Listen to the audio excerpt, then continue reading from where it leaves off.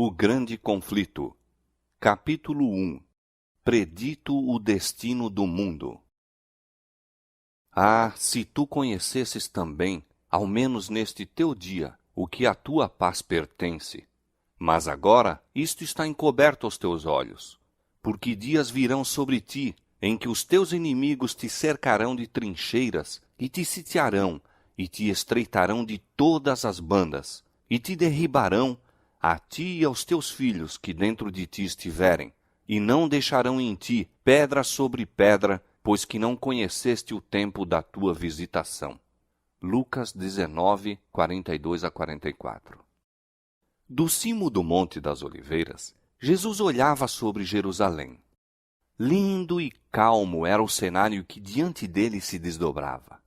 Era o tempo da Páscoa e de todas as terras, os filhos de Jacó se haviam ali reunido para celebrar a grande festa nacional. Em meio de hortos e vinhedos, e declives verdejantes juncados das tendas dos peregrinos, erguiam-se as colinas terraplanadas, os majestosos palácios e os maciços baluartes da capital de Israel.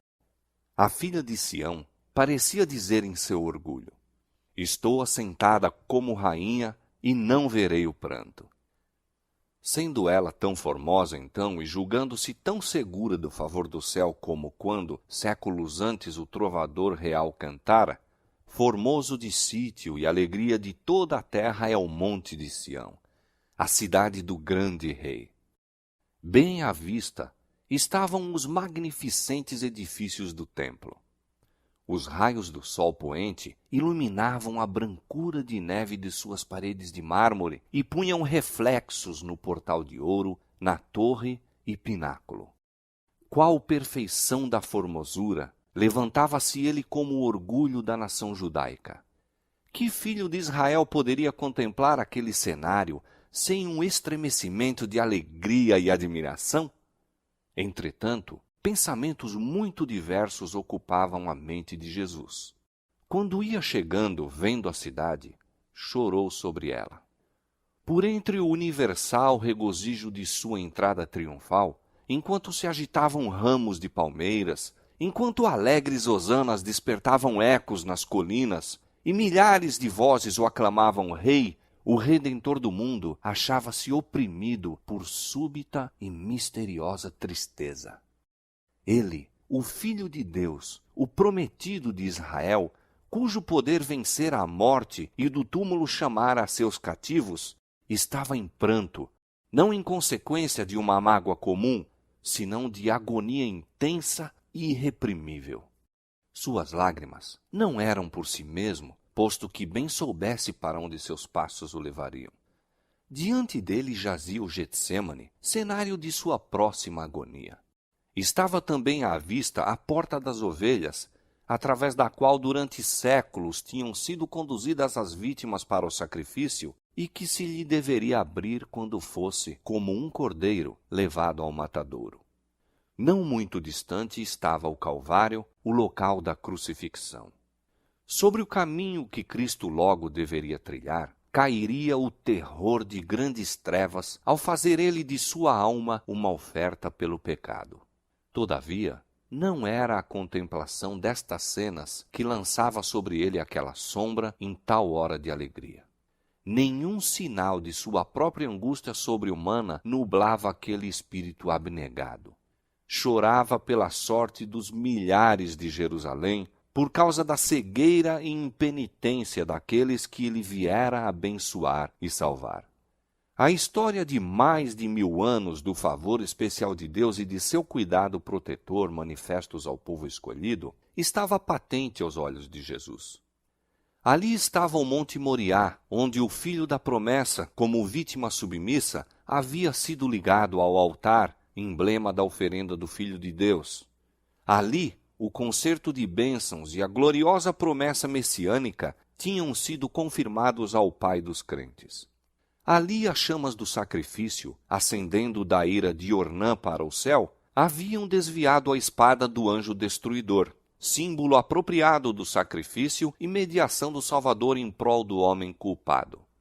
Jerusalém fora honrada por Deus acima de toda a terra. Sião fora eleita pelo Senhor, que a desejara para a sua habitação. Ali, durante séculos, santos profetas haviam proferido mensagens de advertência. Sacerdotes ali haviam agitado os turíbulos, e a nuvem de incenso com as orações dos adoradores subira perante Deus. Ali, diariamente, se oferecera o sangue dos cordeiros mortos, apontando para o vindouro Cordeiro de Deus. Ali, Jeová revelara sua presença na nuvem de glória sobre o propiciatório. Repousara ali a base daquela escada mística, ligando a terra ao céu. Escada pela qual os anjos de Deus desciam e subiam, e que abria ao mundo o caminho para o lugar santíssimo. Houvesse Israel, como nação, preservado a aliança com o céu, Jerusalém teria permanecido para sempre como eleita de Deus. Mas a história daquele povo favorecido foi um registro de apostasias e rebelião. Haviam resistido à graça do céu, abusando de seus privilégios e menosprezado as oportunidades. Posto que Israel tivesse zombado dos mensageiros de Deus, desprezado suas palavras e perseguido seus profetas, ele ainda se lhes manifestara como o Senhor, Deus misericordioso e piedoso, tardio em iras e grande em beneficência e verdade. Apesar das repetidas rejeições, sua misericórdia continuou a interceder. Com mais enternecido amor que o de pai pelo filho de seus cuidados, Deus lhes havia enviado sua palavra pelos seus mensageiros, madrugando e enviando-lhes, porque se compadeceu de seu povo e da sua habitação. Quando admoestações, rogos e censuras haviam falhado, enviou-lhes o melhor dom do céu. Mais ainda, derramou todo o céu naquele único dom. O próprio Filho de Deus foi enviado para instar com a cidade impenitente. Foi Cristo que trouxe Israel como uma boa vinha do Egito. Sua própria mão havia lançado fora os gentios de diante deles. Plantou-a em um outeiro fértil. Seu protetor cuidado cercara-a em redor. Enviou seus servos para cultivá-la. Que mais se poderia fazer à minha vinha, exclama ele, que eu não lhe tenha feito? Posto que quando ele esperou que desse uvas, veio a produzir uvas bravas. E ainda, com esperança compassiva de encontrar frutos, veio em pessoa a sua vinha, para que porventura pudesse ser salva da destruição. Cavou em redor dela, podou-a e protegeu-a. Foi incansável em seus esforços para salvar esta vinha que ele próprio plantara. Durante 3 anos, o Senhor da luz e glória entrara e saíra por entre o seu povo. Ele andou fazendo o bem e curando a todos os oprimidos do diabo, aliviando os quebrantados de coração, pondo em liberdade os que se achavam presos, restaurando a vista aos cegos, fazendo andar os coxos e ouvir aos surdos, purificando os leprosos, ressuscitando mortos e pregando o evangelho aos pobres. A todas estas classes igualmente foi dirigido o gracioso convite: vinde a mim, todos os que estáis cansados e oprimidos, e eu vos aliviarei. Conquanto lhe fosse recompensado o bem com o mal, e o seu amor com o ódio, ele prosseguiu firmemente em sua missão de misericórdia. Jamais eram repelidos os que buscavam a sua graça.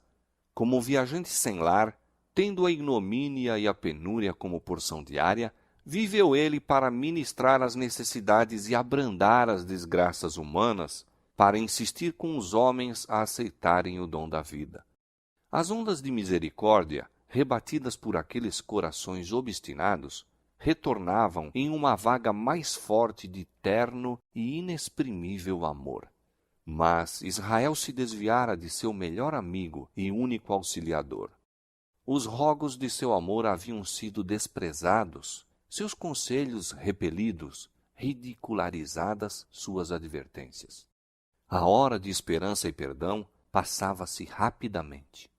A taça da ira de Deus, por tanto tempo adiada, estava quase cheia.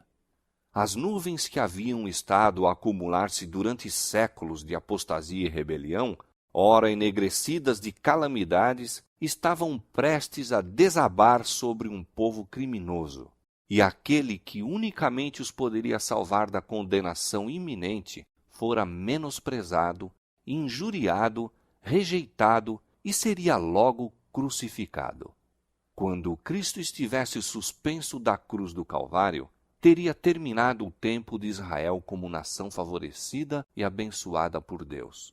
A perda de uma alma que seja é calamidade infinitamente maior que os proveitos e tesouros de todo um mundo. Entretanto, quando Cristo olhava sobre Jerusalém, achava-se perante ele a condenação de uma cidade inteira, de toda uma nação. Sim, aquela cidade e nação que foram as escolhidas de Deus, seu tesouro peculiar. Olhando através dos séculos futuros, via o povo do concerto espalhado em todos os países, semelhantes aos destroços de um naufrágio em uma praia deserta. Nos castigos prestes a cair sobre seus filhos, não via ele senão o primeiro gole daquela taça de ira que no juízo final deveriam esgotar até as fezes. A piedade divina, o terno amor encontraram a expressão nestas melancólicas palavras. Jerusalém, Jerusalém, que matas os profetas e apedrejas os que te são enviados. Quantas vezes quis eu ajuntar os teus filhos, como a galinha junta os seus pintos debaixo das asas, e tu não quiseste. Ó, se houveras conhecido, como nação favorecida acima de todas as outras, o tempo de tua visitação e as coisas que pertencem à tua paz. Tenho contido o anjo da justiça, tenho-te convidado ao arrependimento, mas em vão. Não é meramente a servos, enviados e profetas que tens repelido e rejeitado, mas ao Santo de Israel, teu Redentor. Se és destruída, tu unicamente és a responsável, e não queres vir a mim para terdes vida. Cristo viu em Jerusalém um símbolo do mundo endurecido na incredulidade e rebelião e apressando-se ao encontro dos juízos retribuidores de Deus. As desgraças de uma raça decaída, oprimindo-lhe a alma, arrancavam de seus lábios aquele clamor extremamente amargurado. Viu a história do pecado traçada pelas misérias, lágrimas e sangue humanos. O coração moveu-se-lhe de infinita compaixão pelos aflitos e sofredores da terra. Angustiava-se por aliviar a todos. Contudo, mesmo a sua mão não poderia demover a onda das desgraças humanas. Poucos procurariam a única fonte de auxílio. Ele estava disposto a derramar a alma na morte, a fim de colocar a salvação ao seu alcance. Poucos, porém, viriam a ele para que pudessem ter vida. A majestade dos céus em pranto, o Filho do infinito Deus, perturbado em espírito, curvado em angústia. Esta cena encheu de espanto o céu inteiro. Revela-nos a imensa malignidade do pecado. Mostra quão árdua a tarefa é, mesmo para o poder infinito, salvar ao culpado das consequências da transgressão da lei de Deus. Jesus, olhando para a última geração, viu o mundo envolto em engano semelhante ao que causou a destruição de Jerusalém. O grande pecado dos judeus foi rejeitarem a Cristo. O grande pecado do mundo cristão seria rejeitarem a lei de Deus, fundamento de seu governo no céu e na terra. Os preceitos de Jeová seriam desprezados e anulados.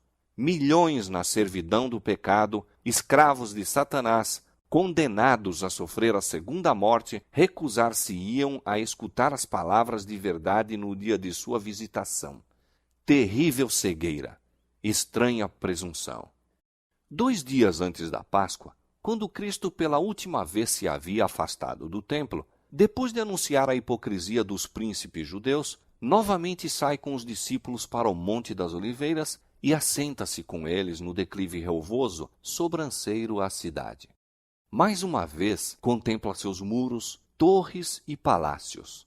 Mais uma vez se lhe depara o templo em seu deslumbrante esplendor, qual diadema de beleza a coroar o monte sagrado. 1000 anos antes, o salmista engrandecera o favor de Deus para com Israel, fazendo da casa sagrada deste a sua morada. Em Salém está o seu tabernáculo, e a sua morada em Sião. Elegeu a tribo de Judá, o monte de Sião, que ele amava, e edificou o seu santuário como aos lugares elevados. O primeiro templo fora erigido durante o período mais próspero da história de Israel. Grandes armazenamentos de tesouros para este fim haviam sido acumulados pelo rei Davi e a planta para sua construção fora feita por inspiração divina. Salomão, o mais sábio dos monarcas de Israel, completara a obra. Este templo foi o edifício mais magnificente que o mundo já viu. Contudo, o Senhor declarou pelo profeta Ageu, relativamente ao segundo templo: a glória desta última casa será maior do que a da primeira. Farei tremer todas as nações, e virá o desejado de todas as nações, e encherei esta casa de glória, diz o Senhor dos Exércitos. Depois da destruição do templo por Nabucodonosor, foi reconstruído aproximadamente 500 anos antes do nascimento de Cristo por um povo que de um longo cativeiro voltara a um país devastado e quase deserto. Havia então entre eles homens idosos que tinham visto a glória do templo de Salomão e que choraram junto aos alicerces do novo edifício porque devesse ser tão inferior ao antecedente. O sentimento que prevalecia é vividamente descrito pelo profeta. Quem há entre vós que, tendo ficado, viu esta casa na sua primeira glória? E como a vedes agora? Não é esta como nada em vossos olhos, comparada com aquela? Então foi feita a promessa de que a glória desta última casa seria maior do que a da anterior. Mas o segundo templo não igualou o primeiro em esplendor, tampouco foi consagrado pelos visíveis sinais da presença divina que o primeiro tivera. Não houve manifestação de poder sobrenatural para assinalar sua dedicação. Nenhuma nuvem de glória foi vista a encher o santuário recém-erigido. Nenhum fogo do céu desceu para consumir o sacrifício sobre o altar. O Shequiná não mais habitava entre os querubins no lugar santíssimo. A arca, o propiciatório, as tábuas do testemunho não mais deviam encontrar-se ali. Nenhuma voz ecoava do céu para tornar conhecida ao sacerdote inquiridor a vontade de Jeová. Durante séculos, os judeus em vão se haviam esforçado por mostrar que a promessa de Deus feita por Ageu se cumprira. Entretanto, o orgulho e a incredulidade lhes cegavam a mente ao verdadeiro sentido das palavras do profeta. O segundo templo não foi honrado com a nuvem de glória de Jeová, mas com a presença viva daquele em quem habita corporalmente a plenitude da divindade, que foi o próprio Deus manifesto em carne. O desejado de todas as nações havia em verdade chegado a seu templo quando o homem de Nazaré ensinava e curava nos pátios sagrados. Com a presença de Cristo, e com ela somente, o segundo templo excedeu o primeiro em glória. Mas Israel afastara de si o dom do céu que lhe era oferecido. Com o humilde mestre que naquele dia saíra de seu portal de ouro, a glória para sempre se retirara do templo.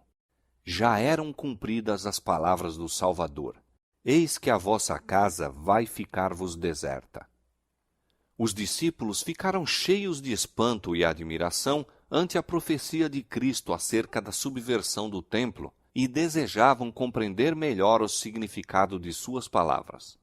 Riquezas, trabalhos e perícia arquitetônica haviam durante mais de 40 anos sido liberalmente expendidos para salientar os seus esplendores.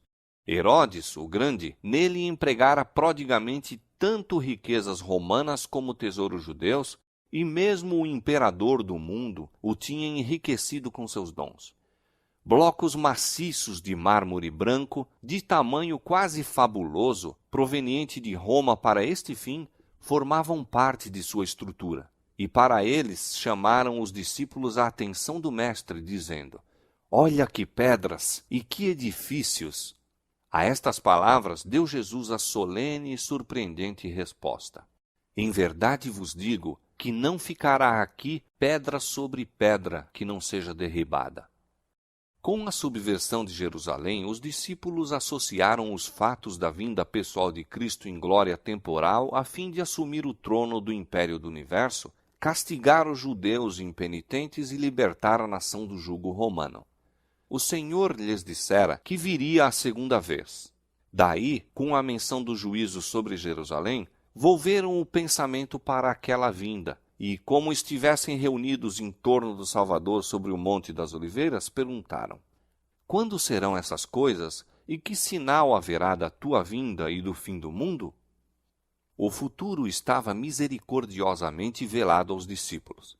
Houvessem eles, naquela ocasião, compreendido perfeitamente os dois terríveis fatos, os sofrimentos e morte do Redentor e a destruição de sua cidade e templo, teriam sido dominados pelo terror. Cristo apresentou diante deles um esboço dos importantes acontecimentos a ocorrerem antes do final do tempo. Suas palavras não foram então completamente entendidas, mas a significação ser-lhes-ia revelada quando seu povo necessitasse da instrução nelas dada. A profecia que ele proferiu era dupla em seu sentido. Ao mesmo tempo em que prefigurava a destruição de Jerusalém, representava igualmente os terrores do último grande dia. Jesus declarou aos discípulos que o escutavam os juízos que deveriam cair sobre o apóstata Israel e especialmente o castigo retribuidor que lhe sobreviria por sua rejeição e crucifixão do Messias. Sinais inequívocos procederiam à terrível culminação. A hora temida viria súbita e celeremente, e o Salvador advertiu a seus seguidores: quando, pois, virdes que a abominação da desolação de que falou o profeta Daniel está no lugar santo, quem lê, entenda, então os que estiverem na Judéia fujam para os montes. Quando os símbolos idolátricos dos romanos fossem erguidos em Terra Santa, a qual ia um pouco além dos muros da cidade, então os seguidores de Cristo deveriam achar segurança na fuga. Quando fosse visto o sinal de aviso, os que desejavam escapar não deveriam demorar-se. Por toda a terra da Judéia, bem como em Jerusalém mesmo, o sinal para a fuga deveria ser imediatamente obedecido. Aquele que acaso estivesse no telhado não deveria descer à casa, mesmo para salvar os tesouros mais valiosos. Os que estivessem trabalhando nos campos ou nos vinhedos não deveriam tomar tempo para voltar a fim de apanhar a roupa exterior, posta de lado enquanto estavam a labutar no calor do dia. Não deveriam hesitar um instante para que não fossem apanhados pela destruição geral.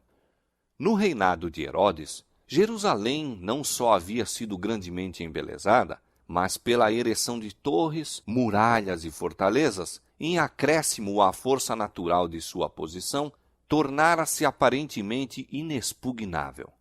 Aquele que nesse tempo houvesse publicamente predito sua destruição, teria sido chamado, como Noé em sua época, doido alarmista.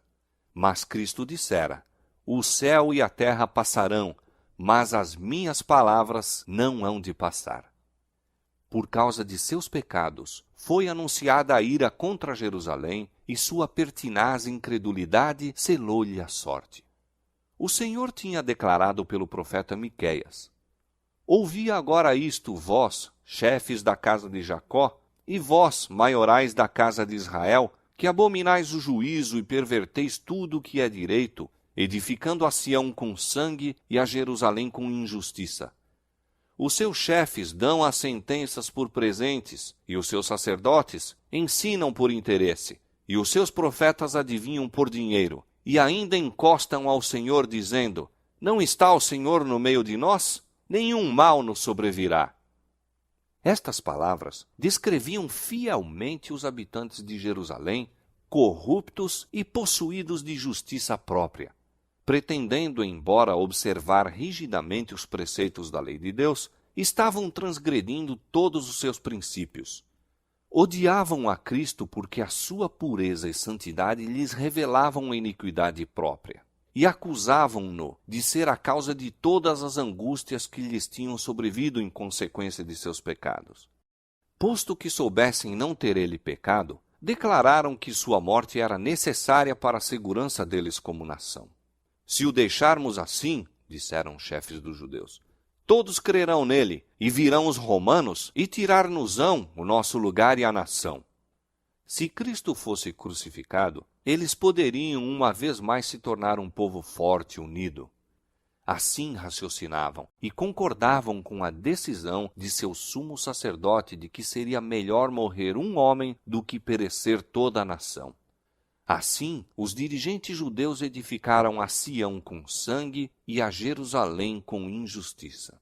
E além disso, ao mesmo tempo em que mataram seu Salvador porque lhes reprovava os pecados, tal era a sua justiça própria que se consideravam como o povo favorecido de Deus e esperavam que o Senhor os livrasse dos inimigos.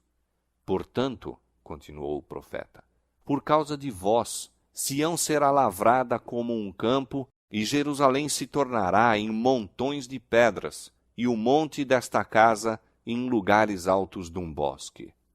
Durante quase 40 anos depois que a condenação de Jerusalém foi pronunciada por Cristo mesmo, retardou o Senhor os seus juízos sobre a cidade e nação. Maravilhosa foi a longanimidade de Deus para com os que lhe rejeitaram o Evangelho e assassinaram o Filho. A parábola da árvore infrutífera representava o trato de Deus para com a nação judaica.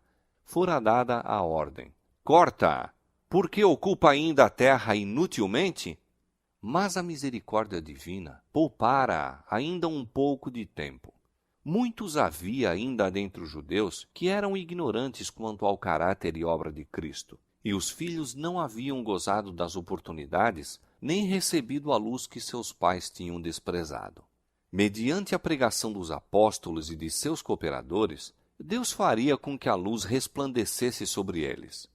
Ser-lhes-ia permitido ver como a profecia se cumprira não somente no nascimento e vida de Cristo, mas também em sua morte e ressurreição.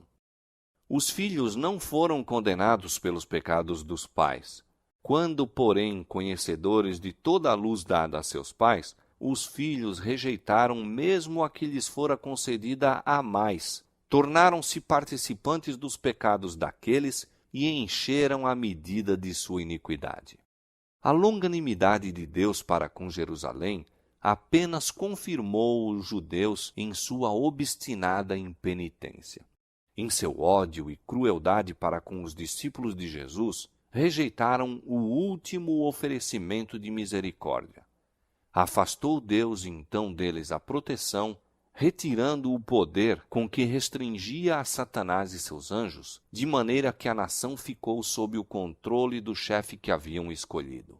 Seus filhos tinham desdenhado a graça de Cristo, que os teria habilitado a subjugar seus maus impulsos, e agora estes se tornaram os vencedores. Satanás suscitou as mais violentas e vis paixões da alma. Os homens não raciocinavam. Achavam-se fora da razão, dirigidos pelo impulso e cega raiva. Tornaram-se satânicos em sua crueldade. Na família e na sociedade, entre as mais altas como entre as mais baixas classes, havia suspeita, inveja, ódio, contenda, rebelião, assassínio. Não havia segurança em parte alguma. Amigos e parentes traíam-se mutuamente. Pais matavam aos filhos e filhos aos pais. Os príncipes do povo não tinham poder para governar-se. Desenfreadas paixões faziam-nos tiranos.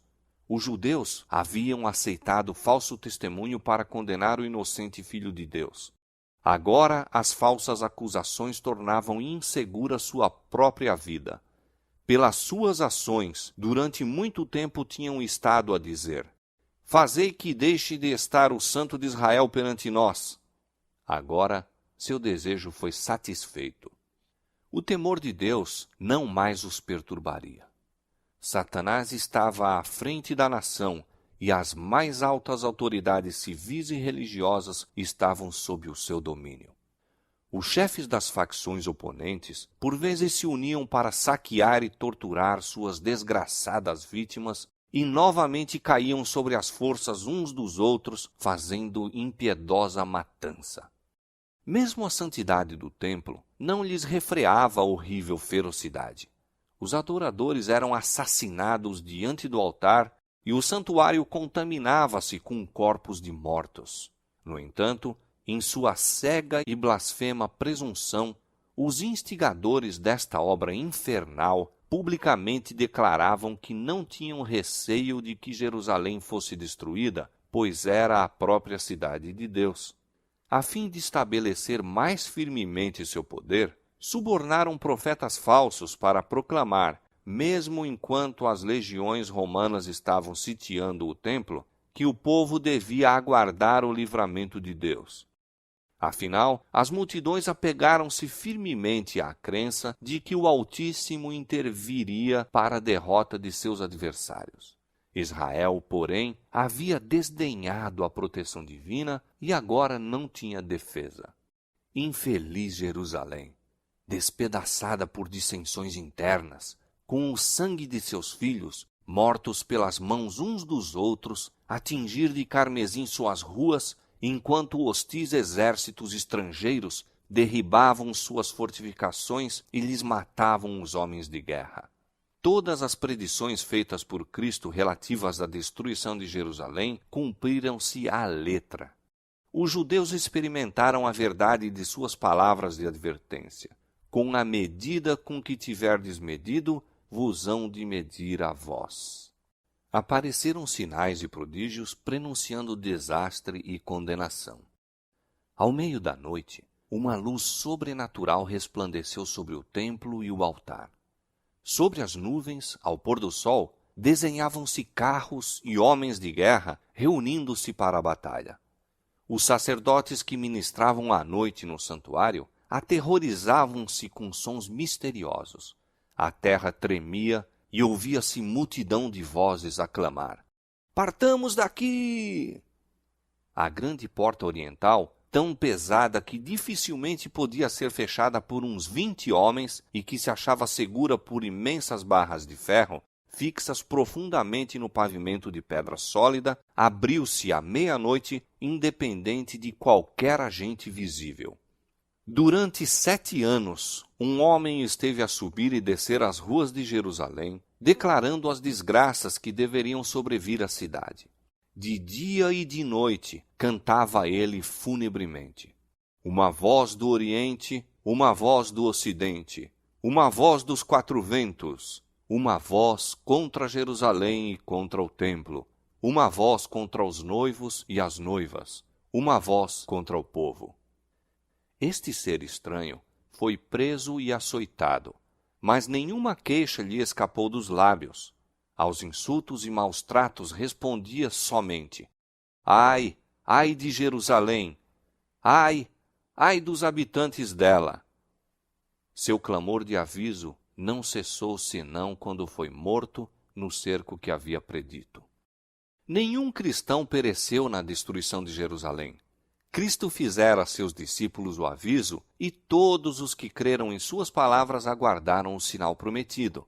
"Quando virdes Jerusalém cercada de exércitos", disse Jesus, "sabei que é chegada a sua desolação. Então os que estiverem na Judéia, fujam para os montes, os que estiverem no meio da cidade saiam." Depois que os romanos, sob Céstio, cercaram a cidade, inesperadamente abandonaram o cerco quando tudo parecia favorável a um ataque imediato. Os sitiados, perdendo a esperança de poder resistir, estavam a ponto de se entregar quando o general romano retirou suas forças sem a mínima razão aparente. Entretanto, a misericordiosa providência de Deus estava dirigindo os acontecimentos para o bem de seu próprio povo. O sinal prometido fora dado aos cristãos expectantes e agora se proporcionou a todos oportunidade para obedecer ao aviso do Salvador. Os acontecimentos foram encaminhados de tal maneira que nem judeus nem romanos impediram a fuga dos cristãos. Com a retirada de Céstio, os judeus, fazendo uma surtida de Jerusalém, foram ao encalço de seu exército que se afastava, e enquanto ambas as forças estavam assim completamente empenhadas em luta, os cristãos tiveram ensejo de deixar a cidade. Nesta ocasião, o território também se havia desembaraçado de inimigos que poderiam ter se esforçado para lhes interceptar a passagem. Na ocasião do cerco, os judeus estavam reunidos em Jerusalém para celebrar a festa dos tabernáculos, e assim os cristãos em todo o país puderam escapar sem ser molestados. Imediatamente fugiram para um lugar de segurança, a cidade de Pela, na terra de Pérea, além do Jordão. As forças judaicas, perseguindo Acéstio e seu exército, caíram sob sua retaguarda com tal ferocidade que o ameaçaram de destruição total.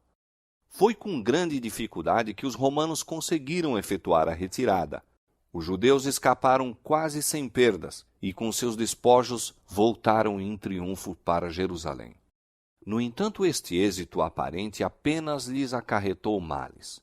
Inspirou-lhes aquele espírito de pertinaz resistência aos romanos que celeremente trouxe indescritível desgraça sobre a cidade sentenciada. Terríveis foram as calamidades que caíram sobre Jerusalém quando o cerco foi reassumido por Tito. A cidade foi assaltada na ocasião da Páscoa, quando milhões de judeus estavam reunidos dentro de seus muros. Suas provisões de víveres, que a serem cuidadosamente preservadas teriam suprido os habitantes durante anos, tinham sido previamente destruídas pela rivalidade e vingança das facções contendoras, e agora experimentaram todos os horrores da morte e a fome. Uma medida de trigo era vendida por 1 talento. Tão atrozes eram as consequências da fome que homens roíam o couro de seus cinturões e sandálias e a cobertura de seus escudos.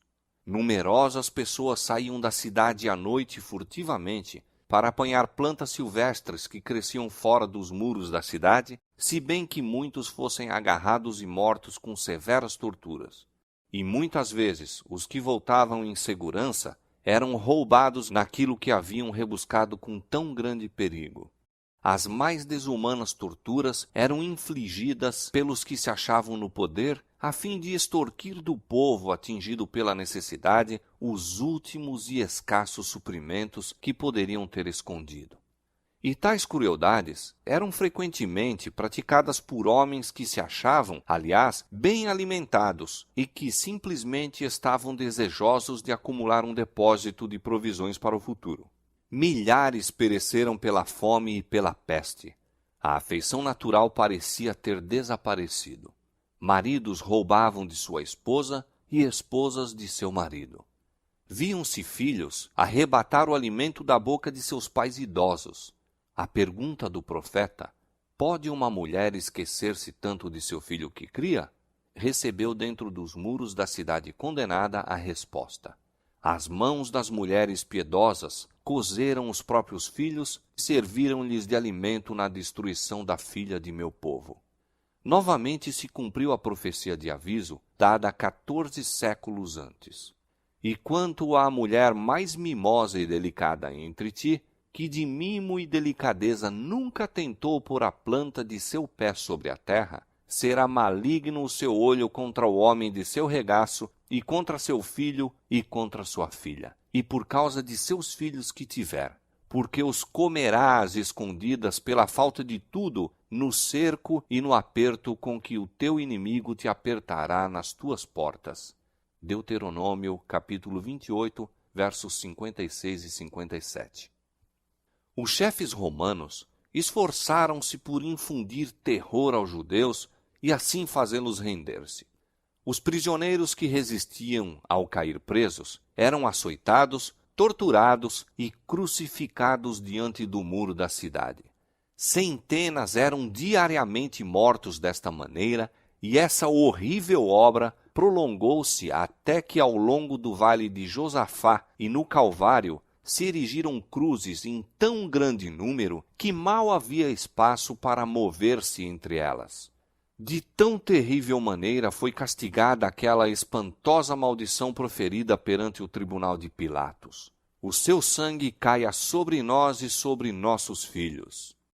Tito, de boa vontade, teria posto termo à terrível cena, poupando assim Jerusalém da medida completa de sua condenação. Ele se enchia de terror ao ver os corpos jazendo aos montes nos vales. Como alguém que estivesse em êxtase, olhava ele do cimo do Monte das Oliveiras ao templo magnificente e deu ordem para que nenhuma de suas pedras fosse tocada. Antes de tentar ganhar posse desta fortaleza, fez ardente apelo aos chefes judeus para não o forçarem a profanar com sangue o lugar sagrado. Se saíssem e combatessem em outro local, nenhum romano violaria a santidade do templo. O próprio Joséfo, com apelo eloquentíssimo, suplicou que se rendessem para se salvarem a si, a sua cidade e seu lugar de culto. Suas palavras, porém, foram respondidas com pragas amargas.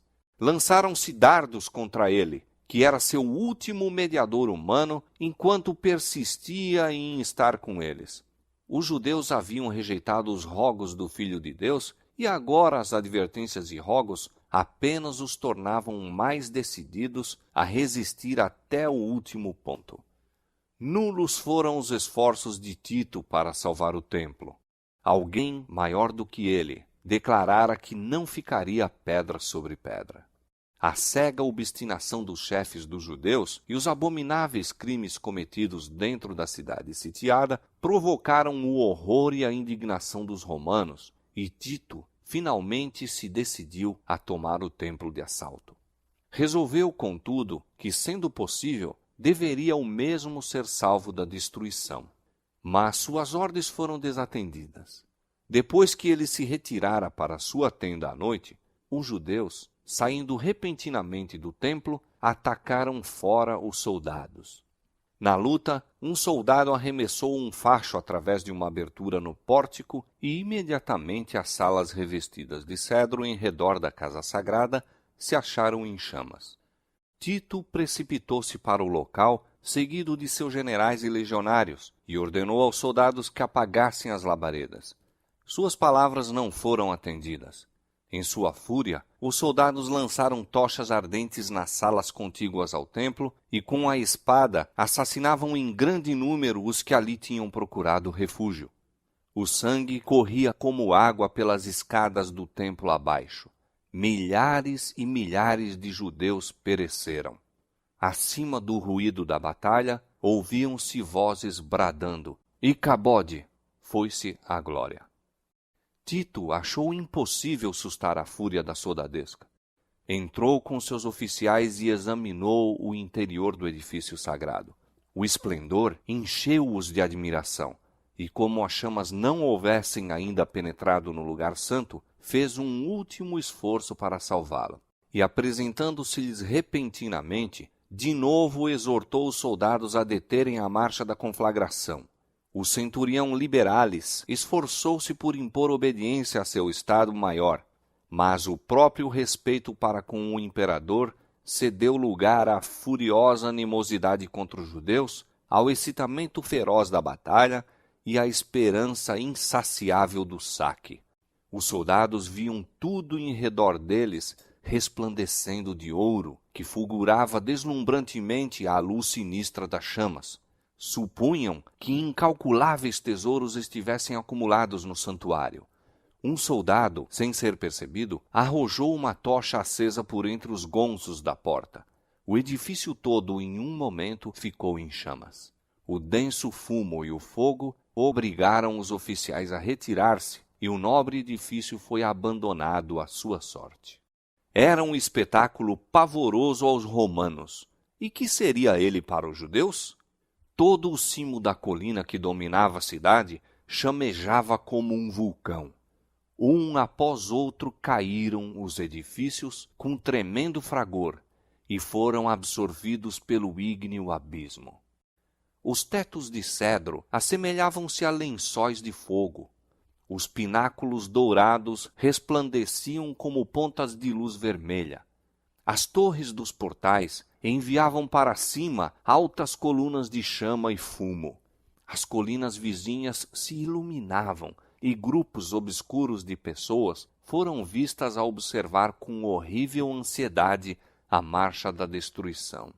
Os muros e pontos elevados da cidade alta ficaram repletos de rostos, alguns pálidos, com a agonia do desespero, outros com a expressão irada, a ameaçar uma vingança inútil. As aclamações da soldadesca romana, enquanto corriam de uma para outra parte, e o gemido dos rebeldes que estavam perecendo nas chamas, misturavam-se com o rugido da conflagração e o rumor trovejante do madeiramento que caía. Os ecos das montanhas respondiam ou traziam de volta os gritos do povo nos pontos elevados. Ao longo de todo o muro ressoavam alaridos e prantos. Homens que estavam a expirar pela fome reuniam sua força restante para proferir um grito de angústia e desolação. O morticínio do lado de dentro era até mais terrível do que o espetáculo visto fora. Homens e mulheres, velhos e moços, rebeldes e sacerdotes, os que combatiam e os que imploravam misericórdia, eram retalhados em indiscriminada carnificina. O número de mortos excedeu ao dos matadores. Os legionários tiveram que trepar sobre os montes de cadáveres para prosseguir na obra de extermínio. Depois da destruição do templo, a cidade inteira logo caiu nas mãos dos romanos. Os chefes dos judeus abandonaram as torres inexpugnáveis e Tito as achou desertas.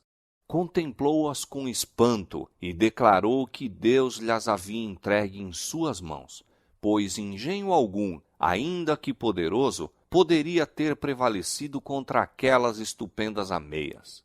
Tanto a cidade como o templo foram arrasados até aos fundamentos, e o terreno em que se erguia a casa sagrada foi lavrado como um campo.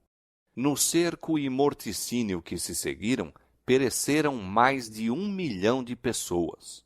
Os sobreviventes foram levados como escravos, como tais vendidos, arrastados a Roma para brilhantar a vitória do vencedor, lançados às feras nos anfiteatros ou dispersos por toda a terra como vagabundos sem lar. Os judeus haviam forjado seus próprios grilhões. Eles mesmos encheram a taça da vingança. Na destruição completa que lhes sobreveio como nação e em todas as desgraças que os acompanharam depois de dispersos, não estavam senão recolhendo a colheita que suas próprias mãos semearam. Diz o profeta: para tua perda, ó Israel, te rebelaste contra mim. Pelos teus pecados tens caído. Seus sofrimentos são muitas vezes representados como sendo castigo a eles infligido por decreto direto da parte de Deus. É assim que o grande enganador procura esconder sua própria obra. Pela obstinada rejeição do amor e misericórdia divina, os judeus fizeram com que a proteção de Deus fosse deles retirada e permitiu-se a Satanás dirigi-los segundo a sua vontade.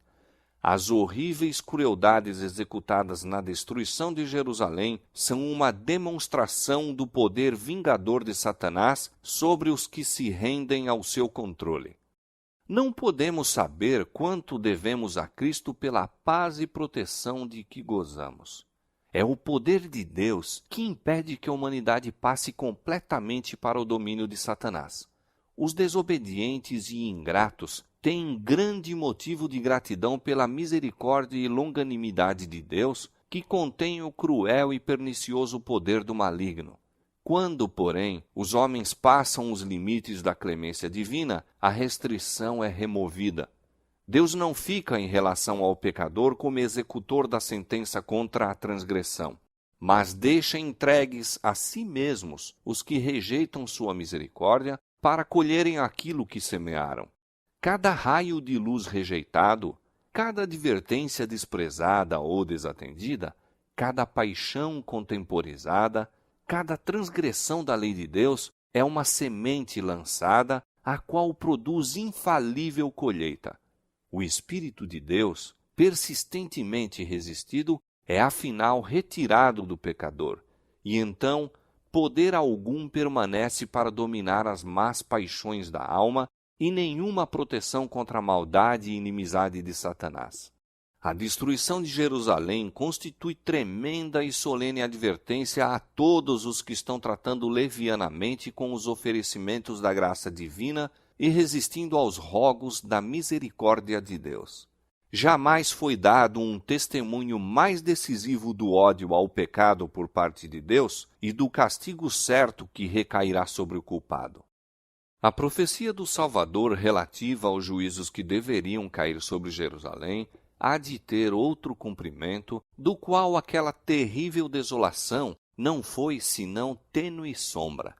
Na sorte da cidade escolhida, podemos contemplar a condenação de um mundo que rejeitou a misericórdia de Deus e calcou a pés a sua lei. Tenebrosos são os registros da miséria humana que a terra tem testemunhado durante seus longos séculos de crime. Ao contemplá-los, confrange-se o coração e o espírito desfalece. Terríveis têm sido os resultados da rejeição da autoridade do céu.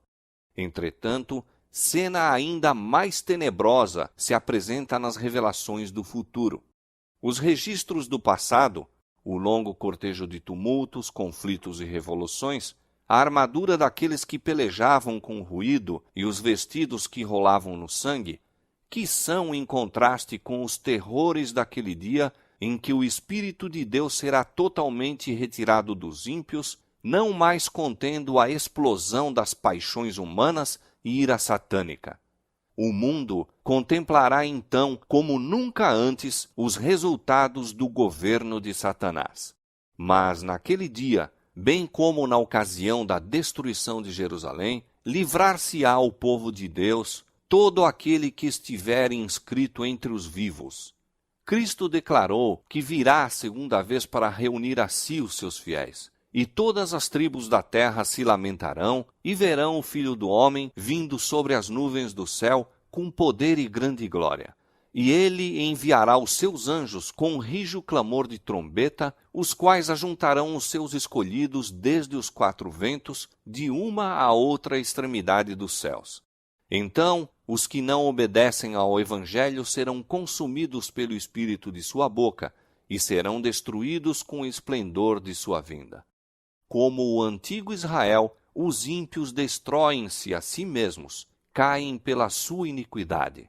Em consequência de uma vida de pecados, colocaram-se tão fora de harmonia com Deus, sua natureza se tornou tão aviltada com o mal, que a manifestação da glória divina é para eles um fogo consumidor. Acautelem-se os homens, para que não aconteça negligenciarem a lição que lhes é comunicada pelas palavras de Cristo. Assim como ele preveniu seus discípulos quanto à destruição de Jerusalém, dando-lhes um sinal da ruína que se aproxima para que pudessem escapar, também advertiu o mundo quanto ao dia da destruição final e lhes deu sinais de sua aproximação para que todos os que queiram possam fugir da ira vindoura. Declara Jesus: e haverá sinais no sol, na lua e nas estrelas, e na terra angústia das nações.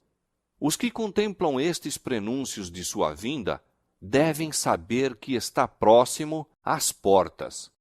Vigiai, pois, são suas palavras de advertência. Os que atendem ao aviso não serão deixados em trevas para que aquele dia os apanhe desprevenidos. Mas aos que não vigiarem, o dia do Senhor virá como ladrão de noite. O mundo não está mais preparado para dar crédito à mensagem para este tempo do que estiveram os judeus para receber o aviso do Salvador relativo a Jerusalém. Venha quando vier, o dia do Senhor virá de improviso aos ímpios. Correndo a vida sua rotina invariável, encontrando-se os homens absortos nos prazeres, negócios, comércio e ambição de ganho, estando os dirigentes do mundo religioso a engrandecer o progresso e ilustração do mundo e achando-se o povo embalado em uma falsa segurança, então, como um ladrão à meia-noite, rouba na casa que não é guardada, sobrevirá repentina destruição aos descuidados e ímpios e de nenhum modo escaparão.